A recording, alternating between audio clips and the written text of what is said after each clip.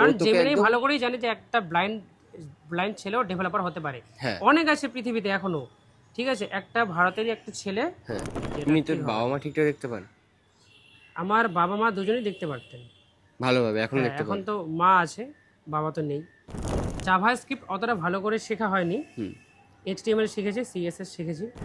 তো FL studio জানা আছে? না, আমি রিপার দিয়ে কাজ করি। রিপারটাও এফএল স্টুডিওর মধ্যেই কাজ করে। ও ঠিক আছে, একমাত্র রিপার একটা সফটওয়্যার যেটা ব্লাইন্ডরাও চালাতে পারে অ্যাক্সেসিবল ভাবে।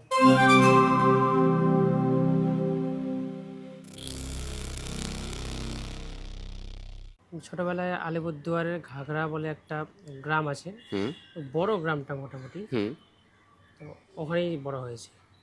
মানে তোর ছোট থেকে কি দৃষ্টিশক্তি নেই এরকম, না দৃষ্টিশক্তি ছিল কোন এক আমার সময়? ছিল ছোটবেলাতে শুধু ডান চোখ দিয়ে আমি দেখতে পারতাম। একদম ছোটবেলা? এটা কত বছর বয়স তখন? মানে আমি জন্ম থেকে ডান চোখ দিয়ে পুরো দেখতে পারতাম, আর বাঁ চোখ দিয়ে পারতাম না। মনে আছে সেই কথার? কোন ক্লাস অবধি ছিল ওটা প্রায়?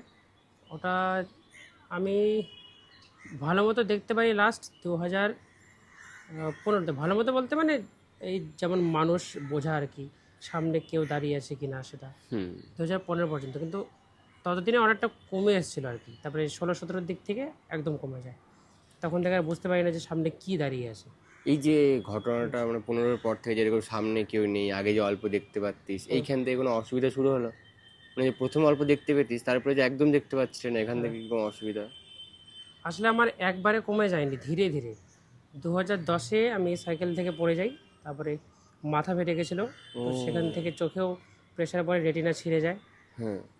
তারপরে শিলিগুড়ি থেকে অপারেশন করেছিল, তারপরে বলা হয়েছিল 3 মাস পর আবার আসতে হবে, আবার একটা ছোটো অপারেশন করতে হবে, তারপরে পুরো ঠিক হবে। কিন্তু টাকা পয়সার এতই অভাব ছিল যে 3 মাস পর আর যাওয়া হয়নি।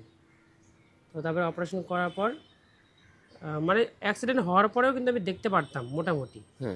এই যেমন এখন কিছু লো ভিশন আছে দেখবে, যারা ব্লাইন্ড কিন্তু দেখতে পারে মোটামুটি। তুই অল্প দেখতে পাস? হ্যাঁ, ওরকম দেখতে পারতাম তখন আর কি।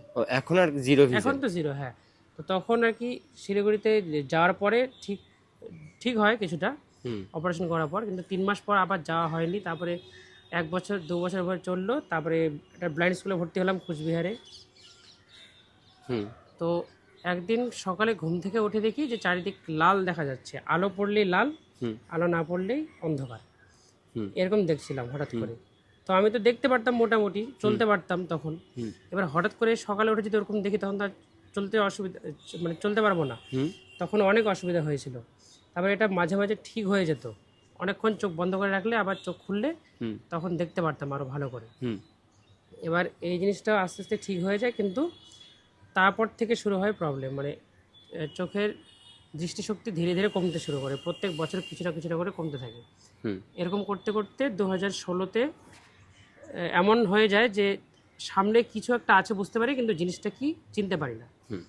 তারপর 2017-18 এই দিক থেকে আরও কমলো। তারপর এখন শুধু আলো এবং অন্ধকারটাই বুঝতে পারি, সামনে যে কিছু আছে নাকি মানে নেই। ওই যে লাল আর কালো, সকালে হলে লাল, এখন ওরকম না, এখন যেরকম রং হয় সেরকমই বুঝি, বেশিরভাগটাই সাদা সাদা মনে হয়। এখন আর লাল ভাবটা নেই, কিন্তু এখন সামনে কিছু আছে না নেই কিছু বুঝতে পারি না। সকাল আর রাতটা বুঝতে পারি? হ্যাঁ হ্যাঁ হ্যাঁ, একদম।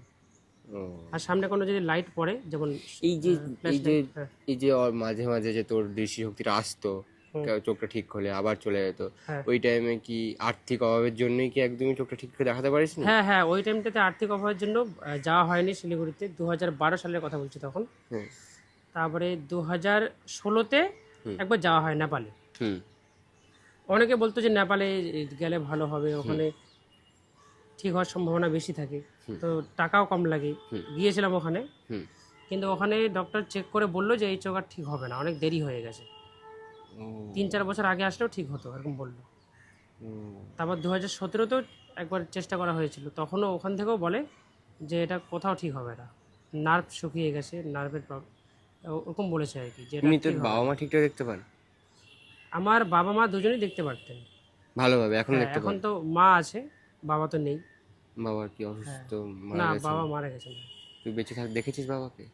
দেখেছিলাম, কিন্তু অনেক ছোট ছিলাম তখন, মনে নেই, 4 বছর বয়স ছিল, তাই ভালো করে মনে নেই। মানে পুরোপুরি এত দূর আসার পুরোটা মায়ের, একদম হ্যাঁ মায়ের হাত ধরে। তো এই রবীন্দ্রভারতী পড়তে আসা বা তোর এমনি স্কুল লাইফে পড়াশোনাটা একটু বল, কিভাবে পড়াশোনাটা এগিয়ে গেছে? মানে এই যে প্রথমে একটা সাধারণ স্কুলে পড়তিস, তারপরে ব্লাইন্ড স্কুলে ভর্তি হলি, সেই ব্লাইন্ড স্কুল থেকে কিভাবে ব্লাইন্ডের জিনিসপত্রগুলো শিখলি, মানে পড়াশোনাটা পুরোপুরি পাল্টে গেল তো। হ্যাঁ একটা হ্যাঁ টাইমে অ আ ক খ সবই দেখে লিখতিস, হুম হুম তারপরে ব্রেল চলে এলো তোর কাছে। হুম এই যে জার্নিটা একটু বল। আমি 2009 ভর্তি হই একটা নর্মাল স্কুলে। তোর জন্ম কত সালে? জন্ম আমার 2003-এ। 2003। তারপর? 2009-এ ভর্তি হই স্কুলে, তারপরে ওখানে 1 বছর পড়েছি, তারপর তো ব্লাইন্ড হয়ে গেলাম। হুম পরে কম দেখতে পারি। হুম আমি বাঁ চোখ দিয়ে দেখতে পারতাম না, কিন্তু ঠিক আছে, কিন্তু ডান চোখ দিয়ে ভালো করে দেখতে পারতাম, তাই নর্মাল স্কুলে পড়েছিলাম। হুম এবার ওরকম প্রবলেম হওয়ার পর মানে এই অ আ ক খ তুই জানতিস? হ্যাঁ হ্যাঁ হ্যাঁ পুরোপুরি? আমি নর্মাল লেখা এখনো জানি।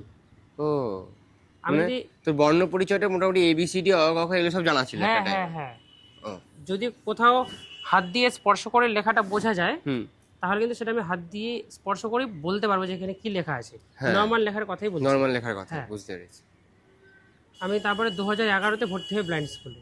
হ্যাঁ। এবার ব্লাইন্ড স্কুলে ভর্তি হয়ে আমি ওখানে তখন কোন ক্লাস? 2011টা মানে? 2011 তখন ওখানে 1-এর আগে একটা ক্লাস আছে, সেটাকে বলা হয় ইনফ্যান্ট, মানে শিশুদের ক্লাস। শিশুদের ক্লাস। হ্যাঁ, ওই ক্লাসে প্রথমে ভর্তি করা হয় আমাকে। তারপরে ওখানে প্রথম দেখি ব্রেল ব্রেল লেখাগুলো। হুম ঠিক আছে, মোটা মোটা পেপার, সেখানে কিছু ফুটো উঁচু সব উঁচু ফুটো কিছু। ফুটো আছে। হ্যাঁ। আমি দেখে প্রথমে অবাক হয়ে গেছি, যেগুলো কি জিনিস। তারপরে আমাকে টিচাররা শেখাতে শুরু করলো হ্যাঁ। যে এটা অ, এটা আ, হ্যাঁ। ক খ গ ঘ, এগুলো শেখাতে শুরু করলো। হ্যাঁ। তখন আমি ব্যাপারটা বুঝলাম যে ব্লাইন্ডরা যেহেতু দেখতে পায় না, তাই এটা হাত দিয়ে স্পর্শ করে বোঝার জন্য। হুম শিখতে বেশি সময় লাগেনি, 6 মাস মতো। 6 মাসের মধ্যে অনেকটা শিখেছি, বই পড়তেও শিখে গেছিলাম 6 মাসের মধ্যে। ও, তারপর এই যে পুরোপুরি পড়াশোনাটা ব্রেলের মাধ্যমেই, আর এই ব্রেল হ্যাঁ। জিনিসটা একবার জেনে গেলে আর কোনো অসুবিধা হয় না পড়াশোনার হ্যাঁ হ্যাঁ ক্ষেত্রে। তবে 9 থেকে আবার নর্মাল স্কুলে ভর্তি হয়েছি, কেন? কারণ ওই স্কুলটা হচ্ছে 8 পর্যন্ত। ব্লাইন্ডদের যে স্কুলটা আছে ওখানে 8 পর্যন্ত, হ্যাঁ আর 9 থেকে ওখানেই রাখা হয়, কিন্তু বাইরে নর্মাল স্কুলে ভর্তি করানো হয়। হ্যাঁ এবার সেখানে হচ্ছে এরকম, বই আমাদের হোস্টেল থেকে দেওয়া হতো, হ্যাঁ যেখানে আমরা 8 পর্যন্ত পড়েছি। হ্যাঁ এবার ব্রেল বইগুলো পড়তাম, ক্লাসে যা পড়াতো আমরা হোস্টেলে এসে পড়তাম সেগুলো। বুঝেছি, মানে এমনি নর্মাল ছাত্রদের সাথেই পড়তিস, শুধু ওরা যে বই পড়তো তুই ব্রেল পড়তিস। হ্যাঁ হ্যাঁ হ্যাঁ বাস, একদম। এইটুকু। সিলেবাস তো এখনো সেম। হ্যাঁ, এখনো যেটা সেরকম যেরকম আর কি কলেজে পড়ছিস তুই এখন বা ইউনিভার্সিটিতে, এই একই জিনিস। আমরাও যা পড়ি তুইও তাই পড়িস, তুই ব্রেলে পড়িস। হ্যাঁ, কিন্তু ইউনিভার্সিটিটা একটু অন্যরকম, কারণ ইউনিভার্সিটির যে আমি বইগুলো একবার তোকে সেগুলো আটকাচ্ছি। কিন্তু নেই। হ্যাঁ, হ্যাঁ, একবার তোকে আটকাচ্ছি। এই যে 11, 12 বা 10 এর মাধ্যমিক পরীক্ষাটা তুই ব্রেলের মাধ্যমে দিচ্ছিস, না। তাহলে রাইটার? হ্যাঁ, রাইটার ও, স্ক্রাইব নিয়ে দিয়ে পড়েছে। স্ক্রাইব, হ্যাঁ হ্যাঁ, এটাই হয়। তারপর ওখান থেকে যখন তুই তো কোচবিহারে বড় হয়েছিস বললি, হুম আলিপুরদুয়ার। হুম তো ওখান থেকে তো মাধ্যমিক উচ্চ মাধ্যমিক ওখান থেকে পাস করেছিস। হুম হুম এই যে মাধ্যমিক উচ্চ মাধ্যমিক ওখান থেকে পাস করলি, তারপর তোর কেন মনে হলো যে কলকাতা আসবো, পড়বো? এটা মনে হলো হচ্ছে পিয়ানোর জন্য। music পিয়ানো জানিস তুই? হ্যাঁ, বাহ, পিয়ানোটা শেখা কোথা থেকে তোর তাহলে? পিয়ানোটা শিখেছি ওই ব্লাইন্ড স্কুল থেকেই, ওখানেই ছিলাম। হ্যাঁ ওখানে যেহেতু একটা হোস্টেল ছিল হ্যাঁ। বা স্কুল, মানে ওখানে স্টুডেন্টরা থাকতো, ওখানে গান বাজানো শেখানো তুই তো হতো। আপনি প্রথমে বাড়ি থেকে থাকতিস না, প্রথম না থেকে না হোস্টেলে না, থাকতিস? প্রথম থেকে হোস্টেলে থাকতাম। হ্যাঁ, সেই ছোট থেকেই। কোন ক্লাস ওটা তখন তোর? কখন? ওটা কোন ক্লাস থেকে হোস্টেলে থাকতিস তুই?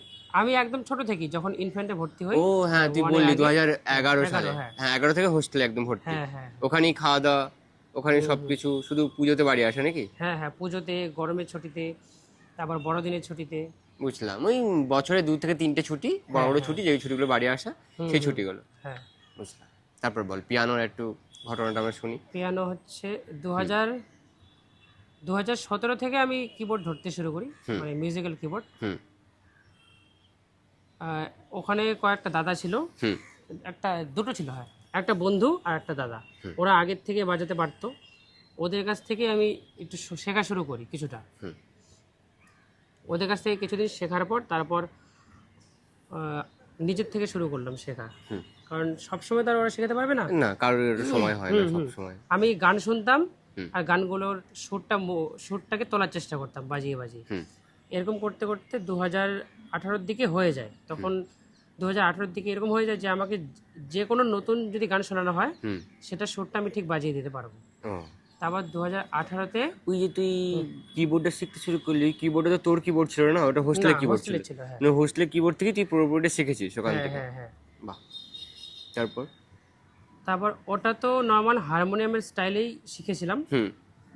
পিয়ানো বাজানোর যে সঠিক নিয়ম বা পিয়ানোর যে ধারণাটা, সেটা আবার হয় 2018-তে। একটা নেপালি দাদা এসেছিল কালিম্পং থেকে। হ্যাঁ তো দাদারা পিয়ানো বাজাতো। হ্যাঁ এবার কিবোর্ডের প্রথম ওর কাছ থেকে শুনেছি পিয়ানো বাজানো। হ্যাঁ এবার শুনে আমার খুব ভালো লেগে যায়। হ্যাঁ। তারপরে দাদাটাকে বলি যে আমিও শিখবো। তারপর আমাকে ধীরে ধীরে শেখানো শুরু করে। হ্যাঁ। 2 সপ্তাহের মধ্যে ছিল। ওই 2 সপ্তাহে আমাকে মানে পিয়ানোর ধারণাটা দিয়ে গেছে অনেকটা। বাহ।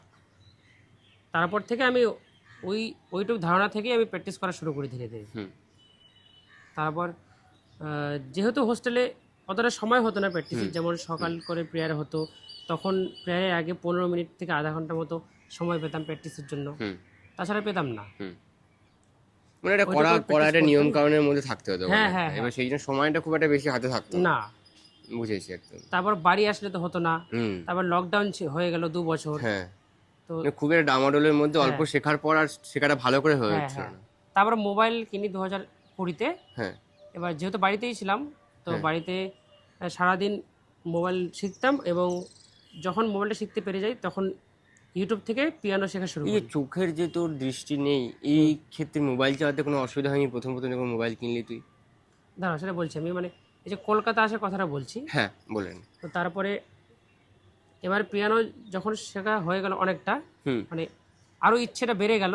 তুই মোবাইল থেকে শিখতে শুরু করলি যেটা? হ্যাঁ হ্যাঁ, মোবাইল দেখে শিখতে শুরু করলাম। হ্যাঁ। এবার তখন প্র্যাকটিস করার সুযোগ ছিল না, জাস্ট না, আমি শুধু শিখতিস, মনে রাখতাম। মনে রাখতিস। এবার হোস্টেলে যাই 2022 সম্ভবত, তখন ওখানে প্র্যাকটিস করা শুরু করি মোটামুটি। ওই সকালে 10-15 মিনিট যতটুকু সময় পেতাম ওইটুকুতেই। হুম। এইভাবে করে ভালো করে শেখা হয়নি, মানে শেখাটা হয়নি আর কি। হুম।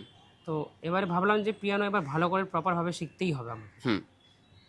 তো আমি খোঁজ লাগিয়ে দেখলাম কোচবিহারে কোথাও নেই, কোনো কলেজেই বা কোনো স্কুলে পিয়ানো শেখানো হয় না। হুম। এমনি প্রাইভেট ভাবে শেখা যায়, কিছু আছে যারা কোনো টিচার যেমন যারা পিয়ানো শেখায়, হ্যাঁ হ্যাঁ হ্যাঁ মাসে মাসে টাকা দিতে হবে, হ্যাঁ হ্যাঁ এরকম আর কি। হ্যাঁ তো তারপরে এই রবীন্দ্র ভারতীতে আমি এসেছিলাম 2024-এ ভর্তি হওয়ার জন্য। হ্যাঁ এখানে এসে দেখি যে আমি ওয়েবসাইটে দেখেছিলাম যে সেতার আছে, গিটার আছে, হ্যাঁ ভায়োলিন আছে, তবলা আছে, কিন্তু পিয়ানোর নাম কোথাও পাইনি। হুম। তো ভাবলাম ঠিক আছে, তো নেই যখন তাহলে কি করা যাবে, সেতার নিয়ে ভর্তি হই, সেতারটা শিখে শুরু করবো। কিন্তু পরে তো হলো না, ভর্তি হতে পারলাম না, কারণ দেরি হয়ে গেছিলো। ও তারপরে 1 বছর পর আমি খবর পেলাম একটা বন্ধুর কাছ থেকে যে রবীন্দ্র ভারতীতে পিয়ানোও আসে। ও বা শুনে তখন আমি ঠিক করলাম যে আমি এখানেই আসবো তাহলে। হুম। তো তার জন্য পরে আমি এখানে ভর্তি হলাম পিয়ানোর জন্য। তো এখানে তোর কি সাবজেক্ট নিয়ে পড়ছিস তুই? এখানে এখন আছে বাংলা হ্যাঁ মেজর, কিন্তু মাইনরে আছে পিয়ানো। এবার পিয়ানোটা মেজর হতো হ্যাঁ আমি যদি থিওরি পরীক্ষায় পাশ করতাম, এন্ট্রান্স দিতে হয়। এবার আমি তো টিচার দিয়ে শিখিনি কোনো দিন। না, মানে ওই যে শিক্ষার ব্যাপারটা ওটা পুরোপুরি ফুলফিল হয়নি। হ্যাঁ হ্যাঁ, তো টিচার দিয়ে না শেখার জন্য আমি থিওরি পরীক্ষাতে পাশ করতে পারি না। হুম। প্র্যাকটিক্যালে পাশ করেছি, ভালো ভালো রেজাল্ট হয়েছিল, কিন্তু থিওরি পরীক্ষাটা হয়নি। হুম। তো সেই কারণে আমার পিয়ানোতে নাম আসেনি। এবার পিয়ানো নিয়ে তো আমি পড়বই, পিয়ানো আমি ছাড়বো না। হ্যাঁ। তার জন্য পরে মেজরে নিলাম বাংলা, মাইনরে নিলাম পিয়ানো। যদি এমএ এই পিয়ানোটা করতে পারিস আবার এই মাইনরে থাকার জন্য, থাকা সত্ত্বেও। হ্যাঁ আচ্ছা আচ্ছা। এমএ পিয়ানোটা দেখতে পারিস একবার, চেষ্টা করে আরেকবার। কিন্তু তুই থিওরিটা ভালো করে করতে হবে, এখন থেকে থিওরিটা জোর দে। হুম হুম। থিওরিটা এখন থেকে জোর দিস থিওরির উপর, তখন গিয়ে থিওরিটার অসুবিধা হবে না। আচ্ছা আচ্ছা, এবার মোবাইলের বিষয়টা বলছি। হ্যাঁ, আমাদের আমরা কিন্তু পিয়ানোতে একটা গান শুনবো শেষে একটা, আচ্ছা দেখব, মানে বাজাবি একটুখানি, চেষ্টা আমরা করবো, শুনবো। হ্যাঁ চল, তুই বল মোবাইলের ব্যাপারটা। এখনকার যে অ্যান্ড্রয়েড মোবাইলগুলো হয়, যেগুলোতে অ্যান্ড্রয়েড অপারেটিং সিস্টেম আছে, মানে কিপ্যাড ফোনগুলো নয়, অ্যান্ড্রয়েড হোক বা iOS মানে আইফোন, আইফোন অথবা উইন্ডোজ যদি বলি কম্পিউটারের ক্ষেত্রে, বা ম্যাক ওএস, হ্যাঁ সব অপারেটিং সিস্টেমেই এখন স্ক্রিন রিডিং সফটওয়্যার আছে। যেই সফটওয়্যারটা এইভাবে কাজ করে, আমি যদি ডিসপ্লেতে টাচ করি, যদি স্মার্টফোনের ক্ষেত্রে হয় অ্যান্ড্রয়েড বা iOS, তাহলে ডিসপ্লেতে একবার টাচ করলে যেখানে টাচ করলাম সেখানে যদি কোনো আইকন থাকে বা এলিমেন্ট থাকে, সেটা পড়ে শোনাবে। যেমন যদি একটা বাটন থাকে, বাটন এলিমেন্ট, এবার সেটা কি বাটন, যদি হোম বাটন হয় বা ডাউনলোড বাটন যদি হয়, তাহলে সেটা অ্যানাউন্স করে দেবে স্ক্রিন রিডার যে ডাউনলোড বাটন বলবে। এবার তারপর একটু পরে আবার টাচ করলে সেটা আবার বলবে। ক্লিক কিন্তু হবে না। না। যদি আমি ফার্স্ট ডাবল ট্যাপ করি, হুম মানে স্ক্রিনের যে কোনো জায়গাতে দুবার টাচ করি হুম ওটা বলার পর, হুম। তখন সেটা ক্লিক হবে। আর এবার যদি আমি না জানি কোন অপশনটা কোথায় আছে, হ্যাঁ সেটা খোঁজার জন্য সোয়াইপ করতে হবে বাঁ দিক থেকে ডান দিক, স্ক্রিনের যে কোনো জায়গায় সোয়াইপ করলে পরের অপশনে চলে যাবে কার্সারটা।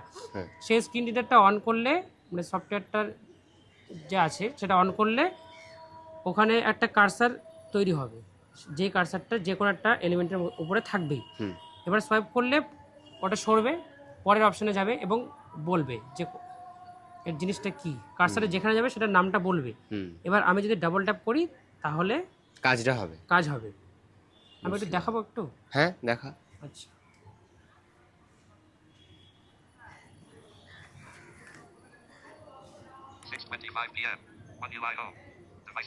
স্ক্রিনটা বন্ধ আছে এখন। হ্যাঁ। আর তুই স্ক্রিন বন্ধ করে সবসময় কাজ করিস? হ্যাঁ, কারণ স্ক্রিনের দরকার পড়ে না। এই যে হ্যাঁ দেখে কি বা হবে।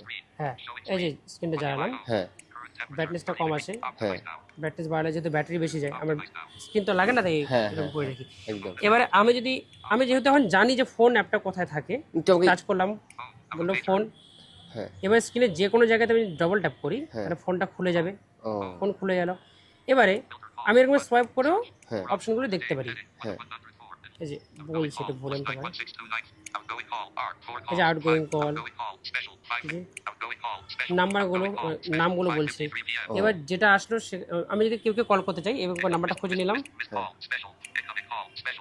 এবার যদি আমি কল করতে চাই তাহলে ডাবল ট্যাপ করলাম। স্যামসাং মোবাইলে তো একবার টাচ করলে এক্সপ্যান্ড হয়ে যায়, তখন কল, মেসেজ, ভিডিও কল এসব দেখায়। হ্যাঁ এবার সোয়াইপ করে কলে গেলাম। হ্যাঁ। এখন যদি আমি ডাবল ট্যাপ করে দিই তাহলে তার কাছে কল চলে যাবে। ও তো পুরোটাই সোনার উপর ডিপেন্ড করছে। হ্যাঁ, পুরোটা সোনার উপর সোনার আর হাতের যে জিনিসগুলো আর কি বেসিক নিয়ম, জেস্টারগুলো, জেস্টারগুলো হ্যাঁ, হ্যাঁ। আমাকে জেনে নিতে হবে ফার্স্টে একদম, ফার্স্টে। একদম। একদম। তাই কোনো অসুবিধা হয় না। আর তোর ল্যাপটপ শেখার ব্যাপারটা? ল্যাপটপে ঠিক ওরকম। ল্যাপটপে হচ্ছে ল্যাপটপে তো আসলে কিবোর্ড দিয়ে কাজ করার সময় আমরা অ্যারো কি প্রেস করতে হয় আমাদের, যেমন, তাই তো? যদি আমরা মাউস ইউজ না করি বা টাচপ্যাড ব্যবহার না করি, তোরা মাউস ইউজ করিস না? না, টাচপ্যাড মাউস আমরা কিছু ব্যবহার করি না, শুধু কিবোর্ড দিয়ে। হ্যাঁ। এবার কিবোর্ড শর্টকাটগুলো নর্মালি কাজ করবে যেমন আছে তেমনই। হ্যাঁ। তারপরে অ্যারো কি প্রেস করলে যে কার্সারগুলো সরে যায়, তখন সেটা অ্যানাউন্স করে দেয় স্ক্রিন রিডার। স্ক্রিন রিডারের নিজস্ব কিছু কিবোর্ড শর্টকাট আছে যেগুলো আরও অ্যাক্সেসিবল করে তোলে আমাদের ল্যাপটপ বা কম্পিউটারকে চালানোর জন্য। যেমন কন্ট্রোল সিতে কপি হয়, হ্যাঁ, কন্ট্রোল ভিতে পেস্ট, ঠিক আছে? হ্যাঁ, আমরা সবাই জানি প্রায়। হ্যাঁ, এবার আমি যখন কপি করছি কন্ট্রোল সিতে, সেটা অ্যানাউন্স করে দিচ্ছে কপিড। হ্যাঁ, ঠিক আছে, COPYED, কপিড, ঠিক আছে, মানে কপি হলো এরকম। বা কন্ট্রোল ভি করলে পেস্টেড, হ্যাঁ, এরকম করে বলে দেয়। বা আমি কোথায় আছি সেটা দেখার জন্য ইনসার্ট টি প্রেস করতে হবে।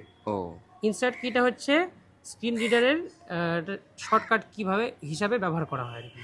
ইনসার্ট টি করে বলে দিচ্ছে আমি কোথায় আছি, কোন উইন্ডোতে, যেমন সেটিংসে আছি নাকি, ডেস্কটপে আছি নাকি, গুগল ক্রোমের ইউটিউব পেজে আছি।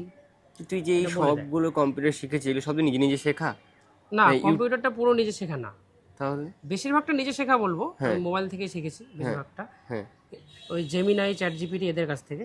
ও মানে বেশিরভাগটাই আমি নিজে থেকেই শেখা, কিন্তু ওইটা অনলাইন মাধ্যম। হ্যাঁ হ্যাঁ, শুরুটা শিখেছিলাম অন্যের সাহায্যে। যেমন আমি একদম ছোটবেলায় শুধু ASDFG JKL সেমিকলন এই কটা শিখেছিলাম, একজন দেখিয়ে দিয়েছিল, আমার মনে নেই কে দেখিয়ে দিয়েছিল। তারপর আমি বলতাম যে আমার এগুলো তো হয়ে গেছে, বাকিগুলো দেখাও, তো বাকিগুলো দেখাতে চাইতো না। তখন আমি নিজের থেকে প্রেস করা শুরু করি, যা মন চায় এটা প্রেস করে দিচ্ছিলাম। তো স্ক্রিনটা তো অন ছিল, সুতরাং বলে দিচ্ছিল কোনটা কি। তখন আমি বাকি কিগুলো জেনে যাই, A থেকে পুরো Z পর্যন্ত। তারপর এটা তো হলো সেই অনেক আগের কথা, 2016-17 এদিকে। তারপরে ধীরে ধীরে কিছুটা শিখি, ন্যাভিগেট করা, তারপরে কাট, কপি, পেস্ট, তারপরে ফোল্ডার ক্রিয়েট করা, রিনেম করা, এগুলো শিখেছিলাম। মানে তোকে যখন স্কুল ইউনিভার্সিটির একটা প্রজেক্ট দেওয়া হয় বাংলা, ধর তোকে বাংলায় বলা হলো যে রবীন্দ্রনাথের যে এত নৃত্যনাট্য আছে, এত যে নাটক আছে, সেগুলো নিয়ে একটি তুমি তোমার মন্তব্য সাজিয়ে একটা প্রজেক্ট তৈরি করো, তুই কমপ্লিট করতে পারবি? হ্যাঁ হ্যাঁ, এখন করতে পারবো, এখন অসুবিধা নেই। এখন ওয়ার্ড, এক্সেল, পাওয়ার পয়েন্ট এগুলো আমার কোনো প্রবলেম হয় না। হ্যাঁ, বাহ, সাধারণ মানুষের তো বেশি এগিয়ে তুই। তারপর আমি প্রোগ্রামিং ল্যাঙ্গুয়েজ শিখেছি, পাইথন কিছুটা বেসিক, আর HTML শিখেছি। HTML অনেকটা, পুরো কি বলবো, মানে একটা ওয়েবসাইট তৈরি করার জন্য হয়ে যাবে আর কি। তুই ওয়েবসাইট তৈরি করেছিস? হ্যাঁ, আমার একটা নিজস্ব ওয়েবসাইট আছে। হ্যাঁ, ওয়েবসাইটে কি হয়? তোর ফোনটা এসে ধরে না একটুখানি। হুম। তো আমি জাভাস্ক্রিপ্ট অতটা ভালো করে শেখা হয়নি। হুম HTML শিখেছি, CSS শিখেছি। হুম এবারে HTML এর পুরো ডিজাইনটা আমি করলাম, হুম কোড লিখে লিখে। হুম CSSটাও করলাম মোটামুটি। তারপর জাভাস্ক্রিপ্টের সাহায্যটা নিলাম জেমিনাইয়ের কাছ থেকে। হুম আমি জেমিনাইকে পুরো HTML এর কোডটা দিলাম, বললাম যে আমি এরকম একটা ওয়েব পেজ তৈরি করেছি যেখানে 3টে কাজ করতে হবে। একটা হচ্ছে ফটো কম্প্রেসার টুলস তৈরি করতে হবে জাভাস্ক্রিপ্ট কোড দিয়ে। মানে ওই যে এক এক জায়গায় ফটো দেওয়া হয় না, ওখানে বলে যে ফটোর এমবিটা বেশি হয়ে গেছে, একটু কম্প্রেস হ্যাঁ, করে হ্যাঁ, দাও। হ্যাঁ, হ্যাঁ। বুঝতে পারলাম, মানে ওইটা তুই একটা ওয়েবসাইট তৈরি করিস যেখানে ফটোটা কম্প্রেস করে দেবে তোকে। হ্যাঁ, হ্যাঁ, তারপর ফটো কম্প্রেস করা যাবে অ্যাক্সেসিবল ভাবে। হুম তারপর আরেকটা আছে কিউআর কোড জেনারেটর। যে কোনো রকম কিউআর কোড ইউজার যেরকম চায় সেরকম কিউআর কোড তৈরি করতে পারে নিজের মতো করে। কিউআর কোড জেনারেট করে মানে জিনিসটা বুঝলাম না, বুঝিয়ে বল। মানে ওখানে অনেক রকম অপশন আছে, যেমন কলের কিউআর কোড, হোয়াটসঅ্যাপ মেসেজের কিউআর কোড, এমনি ও নর্মাল বাবা, মেসেজের, মানে ইমেলের। ঠিক আছে, হ্যাঁ এবার ধরো তুমি সিলেক্ট করলে হোয়াটসঅ্যাপ মেসেজ, হ্যাঁ এবার ট্যাপ করবে, হ্যাঁ ট্যাপ করে পরের কার্সারে পরের অপশনে চলে গেলে হ্যাঁ ওখানে এবার ফোন নাম্বারটা দেবে তোমার। হ্যাঁ দেওয়ার পর আবার ট্যাপ করবে, সেখানে গিয়ে তোমার মেসেজটা লিখবে, হ্যাঁ লিখে তারপরে ট্যাপ করে কালার সিলেক্ট করবে, হ্যাঁ তারপর আবার ট্যাপ করে নিয়ে কোয়ালিটি, হ্যাঁ ফটোর কোয়ালিটি কীরকম হবে, তারপরে ডাউনলোড করবে সেটাকে। একটা কিউআর কোড তৈরি হয়ে ডাউনলোড হয়ে যাবে, সেটাকে যদি কেউ স্ক্যান করে হ্যাঁ তাহলে হচ্ছে তোমার হোয়াটসঅ্যাপ পেজ এসে প্রোফাইলটা খুলে যাবে, হ্যাঁ আর সেখানে সেই মেসেজটা লেখা উঠবে, মানে বাহ। এসে উঠে যাবে, তারপর সে সেন্ড করতে পারে সেটাকে। এবার সেটা কি করে হয়, হোয়াটসঅ্যাপের একটা বেসিক লিঙ্কের নিয়ম আছে। যদি আমি লিখি wa.me/91, তারপরে পুরো ফোন নাম্বার, 91 বলতে ইন্ডিয়ার কান্ট্রি কোড, হ্যাঁ কিন্তু প্লাসটা দেওয়া যাবে না। হ্যাঁ তাহলে wa.me/91 দিয়ে পুরো ফোন নাম্বারটা এবং তারপরে কোশ্চেন মার্ক টেক্সট মানে TEXT ইকুয়ালস হাই। ঠিক আছে, হ্যাঁ তাহলে সেই লিঙ্কটাতে যদি কেউ ক্লিক করে হুম তাহলে সেখানে যার নাম্বার দেওয়া হয়েছে তার প্রোফাইলটা খুলবে এবং সেখানে হাই লেখাটা অটোমেটিক উঠে যাবে। তো এই লিঙ্কটাই আসলে, এই যে লিঙ্কটা, হ্যাঁ এই লিঙ্কের যে লেখাটা wa.me/ থেকে শুরু করে হাই পর্যন্ত বা মেসেজ পর্যন্ত, হ্যাঁ সেখানে মানে এই লেখাটাকে বাইনারি কোডে রূপান্তর করে আর কি। এবার কিউআর কোড তো হয় বাইনারি কোড হিসাবেই। হ্যাঁ ঠিক আছে, যেখানে ব্ল্যাক বা অন্য কোনো কালার থাকে সেটা হচ্ছে 1, যেখানে পুরো সাদা হোয়াইট থাকে সেটা হচ্ছে 0। ও। এই বাইনারি কোড হিসাবেই কিউআর কোডটা তৈরি করে, এই লিঙ্কটাকেই মানে কিউআর কোডে রূপান্তর করে আর কি। হ্যাঁ এই যে লিঙ্কটার কথা বললাম আমি, এই লিঙ্কটাকে ওরকম করে করে দেয়, আর সেটা ফটো হিসাবে তৈরি করে তারপর ডাউনলোড করতে দেয় আর কি বাহ। ওয়েবসাইটটা। মানে তোর ওয়েবসাইটে ফার্স্টে ফটো কম্প্রেস হয়, তারপরে যে কোনো রকমের কিউআর কোড জেনারেট হ্যাঁ করা তৈরি হয়। হয়। আরও একটা আছে, হ্যাঁ সেটা হচ্ছে টেক্সট ইনকোডার অ্যান্ড ডিকোডার। হ্যাঁ মানে আমি একটা নর্মাল মেসেজ লিখলাম বন্ধুকে, হ্যাঁ ঠিক আছে, যেমন বললাম যে চল আমরা পরশুদিন দীঘাতে ঘুরতে যাব, হ্যাঁ। এই কথাটা কেউকে বলবি না। হ্যাঁ ঠিক আছে, এবারে আমি চাই না যে এটা কেউ দেখে ফেলুক, হ্যাঁ আমি এমনভাবে মেসেজটা পাঠাবো হ্যাঁ যেটা দেখবে হিবিজিবি কোড, হ্যাঁ মানে তেমন কিছু নেই, হ্যাঁ মানে যেন কেউ কিবোর্ডে আঙুল বসিয়ে হ্যাঁ যা মন চায় তাই করছে একদম, হ্যাঁ এরকম মনে হবে টেক্সটটা। হ্যাঁ কিন্তু সেটা আসলে একটা সিক্রেট মেসেজ। হ্যাঁ এবার সেটা তাকে ডিকোড করার জন্য আমার সেই ওয়েবসাইটে যেতে হবে, হ্যাঁ সেখান থেকে ডিকোড করতে হবে ডিকোডিং পেজে গিয়ে। ঠিক আছে, তাহলে সে আসল মেসেজটা দেখতে পারবে। এবার সেখান থেকে আবার মেসেজ লিখে ইনকোড করা যায়। এবার একটা নতুন টুলস আনার চেষ্টা করছি আমি, মানে প্ল্যান করেছি, হ্যাঁ এখনো এখন এসেছি কি? এখনো আসেনি, আমি ওয়েবসাইটে নিয়ে বসিনি এখনো। হুম। সেটা হচ্ছে পাসওয়ার্ড দিয়ে ইনকোড এবং ডিকোড করা। যদি পাসওয়ার্ড ম্যাচ করে তবেই সঠিক মেসেজটা আসবে, আর ম্যাচ না করলে আরও মানে বিগড়ে হ্যাঁ, যাবে মানে লেখাটা। বন্ধু তোমাকে পাসওয়ার্ডটা দিলেই তবেই তুমি সঠিক মেসেজ দেখতে পাবে। হ্যাঁ হ্যাঁ বন্ধু যদি হ্যাঁ। পাসওয়ার্ড না মানে ওই দেয়, মেসেজ যদি কেউ দেখেও ফেলে দেখেও ফেলে, তাহলেও সে বুঝতে পারবে না যে আমি বুঝতে পারবে না। কি বলেছি তাকে। পাসওয়ার্ড দিলেই তবেই সে বুঝতে পারবে। হ্যাঁ হ্যাঁ। তোর ফিউচার প্ল্যান কি? এই মানে এত কিছু তুই জানিস, তুই তো পিয়ানো জানিস, কিবোর্ড জানিস, কম্পিউটারে এত কিছু ভাগ জানিস, ফিউচার প্ল্যান কি এরপর? তো ফিউচার প্ল্যান, আবার সাহিত্য নিয়েও পড়ছিস। আচ্ছা, সাহিত্য নিয়ে পড়লেও এটা আমার আসলে পিয়ানোর জন্য। হ্যাঁ, মানে মানে অ্যাকচুয়ালি তুই বাংলাতে- পিয়ানোর জন্য হ্যাঁ, কলকাতায় হ্যাঁ, হ্যাঁ, এসেছিস, হ্যাঁ, একদম। পরে দেখলি যে কোনো একটা বিভাগে ভর্তি হয়ে যায়, তাহলে আমার এই তাহলে পিয়ানোটাও নিতে পারবো। হ্যাঁ পিয়ানোটা নিতে পারবো মাইনর সাবজেক্টটা। খুব ভালো ভাবনা চিন্তা, কিন্তু এমনি ফিউচার প্ল্যান কি তোর? ফিউচার প্ল্যান তো আমার কম্পিউটার নিয়ে কিছু একটা করার ইচ্ছে আছে। মিউজিকটা আমার জাস্ট শখের জন্য। মানে হবি, হ্যাঁ, হবে। ওটা মন ভালো রাখার জন্য। একদম একদম। বুঝেছি। আমার ওয়েব ডেভেলপার হওয়ার ইচ্ছে আছে। ও, এইচটিএমএলটা ভালো করে শিখবো, জাভাস্ক্রিপ্ট শিখবো। এগুলো সব নিজে নিজে শেখা হচ্ছে তো বাড়িতে? হ্যাঁ হ্যাঁ, একদম। জেমিনির কাছ থেকে শিখছি, চ্যাট জিপিটি আছে, কো পাইলট আছে, এদের তাহলে কাছ থেকে কতজন বলে যে এআই কত মানুষের চাকরি খেয়ে নেয়, এআই কতটা হার্মফুল। কিন্তু এআই আমার অনেক উপকার করছে, অনেক অনেক। এআই না থাকলে সত্যি তোর মধ্যে ছিল তো এত আসতেই পারতো না, ঠিক না? এই একদম পয়সার তাই। জন্য বা কতজন আর্থিকভাবে পেছিয়ে, তারা তো এগুলোকে কে শেখাবে? সেটাই। কেউ শেখাই না। হুম। আর শেখানোর আগে তো তোকে ফেস দেখবে, দেখবে যে তুই দেখতে পাস না, তারপর তোকে রিজেক্ট করে হ্যাঁ দেবে। হ্যাঁ হ্যাঁ, একদম এইসব তাই। তো তুই তো জানিসই যে কতটা একটা মানুষকে পেছিয়ে দেয়। হুম হুম। তুই জেমিনাই তো এটা কোনদিন দেখবে না তোকে, যে তুই দেখতে পাস কি কতটা তোর জ্ঞান আছে। কারণ ও তোকে জেমিনি একদম, ভালো করেই জানে যে একটা ব্লাইন্ড ছেলেও ডেভেলপার হতে পারে। হ্যাঁ অনেক আছে পৃথিবীতে এখনো, ঠিক আছে। একটা ভারতেরই একটা ছেলে হ্যাঁ 2018 নাকি 17-তে হুম মাইক্রোসফট কোম্পানিতে চাকরি পেয়েছিল, একটা সফটওয়্যার ইঞ্জিনিয়ার হিসেবে। ফুল ব্লাইন্ড, একদম দেখতে পারে না, ভারতেরই একটা ছেলে। তাহলে জানিস তো এই যুগে এসে স্কিলটা খুব ম্যাটার করে। হুম। যদি স্কিল না থাকে কিন্তু কিছু লাভ নেই তোর দিনের শেষে এসে, ঠিক না? বইপত্র লেখা লিখি ঠিক আছে, স্কিল থাকতে হবে। ওই সার্টিফিকেটে কি এসে যাবে? আমাদের শুধুমাত্র প্রবলেম হবে ফটো এডিট করা। হ্যাঁ, যেগুলো আর কি, যে কি দেখতে ভিজন হবেই। হ্যাঁ, হ্যাঁ, ফটো এডিট করাটা খুব গ্রাফিক চাপের। ডিজাইন। বা ভিডিও এডিটটাও ধর, হ্যাঁ হ্যাঁ যে কোন ভিডিওটা কোথায় আছে না আছে, হ্যাঁ, এগুলোতে একটু অসুবিধা। মানে গ্রাফিক ডিজাইনিং এর ব্যাপারটা তো অসুবিধা। আর ওয়েব ডিজাইনের যে সিএসএস ল্যাঙ্গুয়েজটা হয়, হ্যাঁ সেটা শিখতে পারবে ব্লাইন্ড একজন, হ্যাঁ পুরো ভালো করেই শিখতে পারবে। কিন্তু তাতে মানে কীরকম করলে, কীরকম লিখলে কীরকম ডিজাইন হবে, সেই জিনিসটা তাকে কোনো একটা দেখালোককে দিয়ে ভালো করে বুঝিয়ে দিতে হবে। হুম এমন একজন টিচার যে হচ্ছে সিএসএস পুরো ভালো করে জানে এবং দেখতে পারে, সে যদি সব কিছুতে ভালো করে বুঝিয়ে দেয় হ্যাঁ তাকে, তাহলে সে মোটামুটি একটা ভালো ডিজাইন তৈরি করতে পারবে ওয়েবসাইটের। কিন্তু তবু দেখতে কতটা সুন্দর লাগছে নাকি লাগছে না, এটা সে বুঝতে পারবে না আর কি। হুম। মানে তোর পাশে যদি একজন সক্ষম মানুষ তোকে একদম সাহায্য করে, তা তোর হ্যাঁ, আরো দৃষ্টিভঙ্গি আরো অনেক দূর যাবে, আরো তুই যেতে পারবি অনেকটা আগে। শুধুমাত্র ওই ওয়েব ডিজাইনটাই করতে পারবে সে সিএসএস দিয়ে। হুম তবুও একটু সাহায্য লাগবে দেখালোকে। কিন্তু তাছাড়া ফটো এডিট করা, ভিডিও এডিট করা, এগুলো সম্ভব নয়। কিন্তু অডিও এডিটিং কিন্তু খুব ভালো করতে খুব পারে ভালো, ব্লাইন্ডরা। কারণ ওদের কানটা আমিও খুব করি। শার্প। হ্যাঁ, রিপার যে সফটওয়্যারটা আছে, হ্যাঁ যেটা স্টুডিওতে ব্যবহার করা হয়, হুম অনেক আছে এরকম সফটওয়্যার। এফএল স্টুডিও আছে। হুম তো এফএল স্টুডিও জানা আছে? না, আমি রিপার দিয়ে কাজ করি। রিপারটাও এফএল স্টুডিওর মধ্যেই কাজ করে। ও, ঠিক আছে। একমাত্র রিপার একটা সফটওয়্যার যেটা ব্লাইন্ডরাও চালাতে পারে অ্যাক্সেসিবল ভাবে। এফএল স্টুডিওটা কি একটু কম পারবে?